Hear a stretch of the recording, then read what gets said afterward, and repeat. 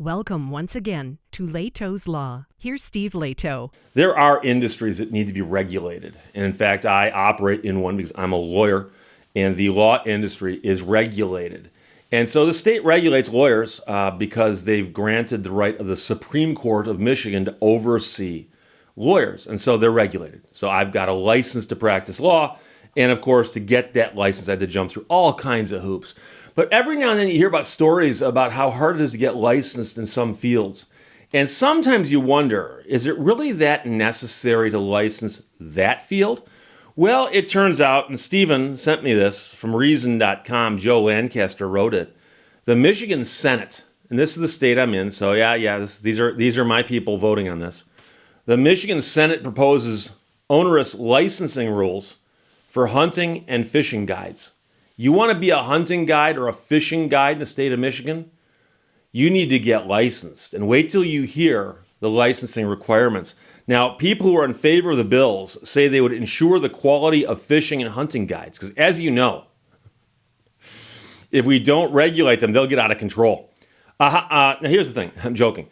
Occupational licensing does not tend to work that way, and they've done studies on this. Plenty of people enjoy hunting and fishing, but not everybody is a natural outdoorsman. So to that end, a beginner may want to hire a guide. A hunting guide can help aspiring sports people not only to find the best places to hunt, but also help pick the right equipment, obtain licenses if necessary, and of course, clean and process whatever it is that you harvest out there. So similarly, a fishing guide may know the best places to go, depending on what fish you're trying to catch. They may also have a boat you can charter to go out onto the water, where they'll give you pointers on how to catch prize-winning fish and so on. And you need to know, by the way, that there's certain fish that you cannot catch certain times of the year and so on.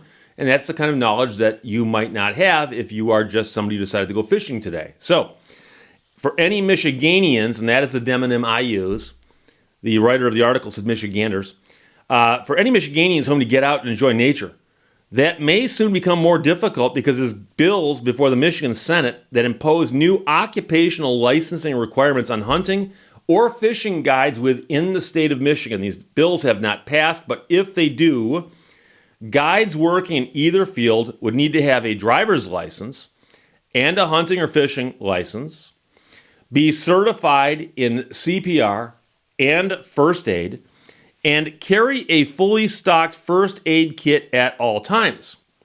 Likewise, there's more. You must have been convicted of no felonies or certain misdemeanors in the previous 3 years.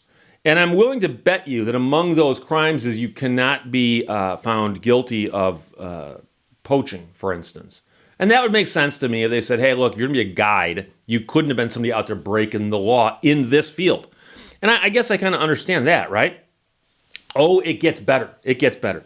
Because, the government likes their paperwork. They want you to create a ton of paperwork for them.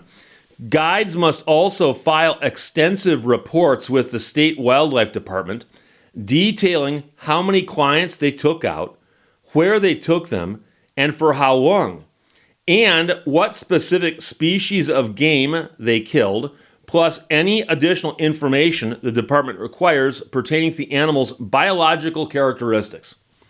Hunting guides would have to file these reports annually, while fishing guides would have to file them monthly.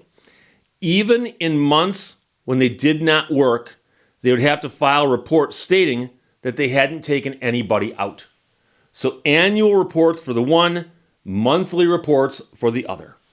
The Congressional Sportsmen's Foundation, a nonprofit that advocates for legislation favorable to fishing and hunting, actually supports the bills, saying they would create the regulatory framework needed to ensure the quality of commercial guiding in the state.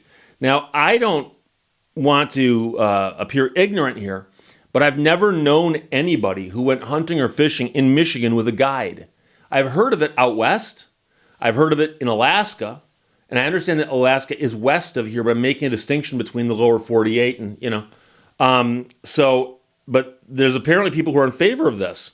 But the question is, how many people actually are using guides to hunt or fish in Michigan?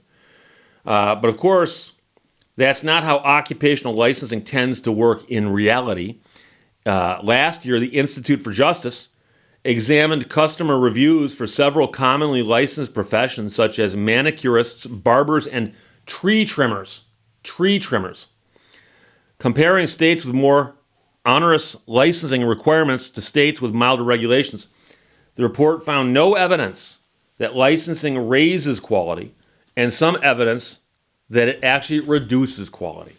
And yet, even though licensure does not guarantee quality, the cost and effort required to obtain a license can be prohibitive.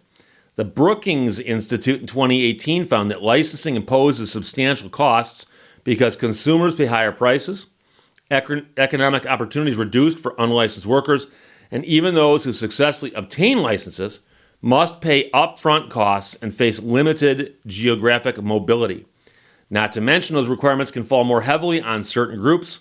According to a 2015 report by the National Reentry Resource Center, there are an estimated 32,000 laws specific to occupational licensing and business licenses that include provisions regarding the consideration of criminal records. And so quite often, if somebody does their time, gets out, wants to move on with their life, they find out they can't because the license they'd like to get cannot be gotten by somebody with their criminal record. And you have to ask yourself, for instance, a manicurist, does it really matter if they spent time in the big house? The NRRC report noted access to employment is a critical component of an incarcerated person's re-entry into society, and studies that have examined recidivism have found that most repeat arrests occur within 3 years of the first conviction, and that after 4 to 7 years, the risk of recidivism is greatly reduced. And recidivism is the fancy word for repeat offender. According to a 2023 study from the Archbridge Institute, Michigan ranks number 29th on the list of states with the most burdensome licensing regulations.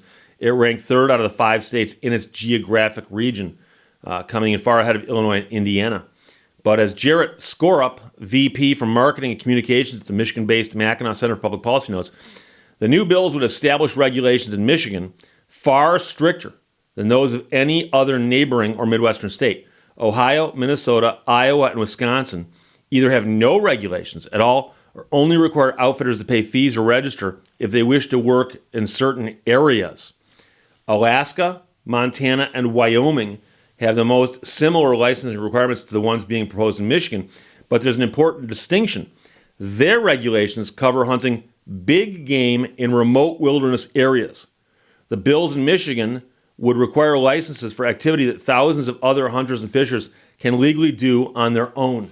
And so I mentioned again the stuff happening out west and in Alaska, and I would see perfectly reasonable why it is that somebody in Alaska who hires a guide to go out into the wilderness to go hunting or fishing, why that guide might need to be licensed. I understand that, and that makes complete sense. But in Michigan, I do wonder about this. So unfortunately, if I know our legislature, if the state can make a couple bucks off selling licenses and create a few jobs at some new department, this will probably pass.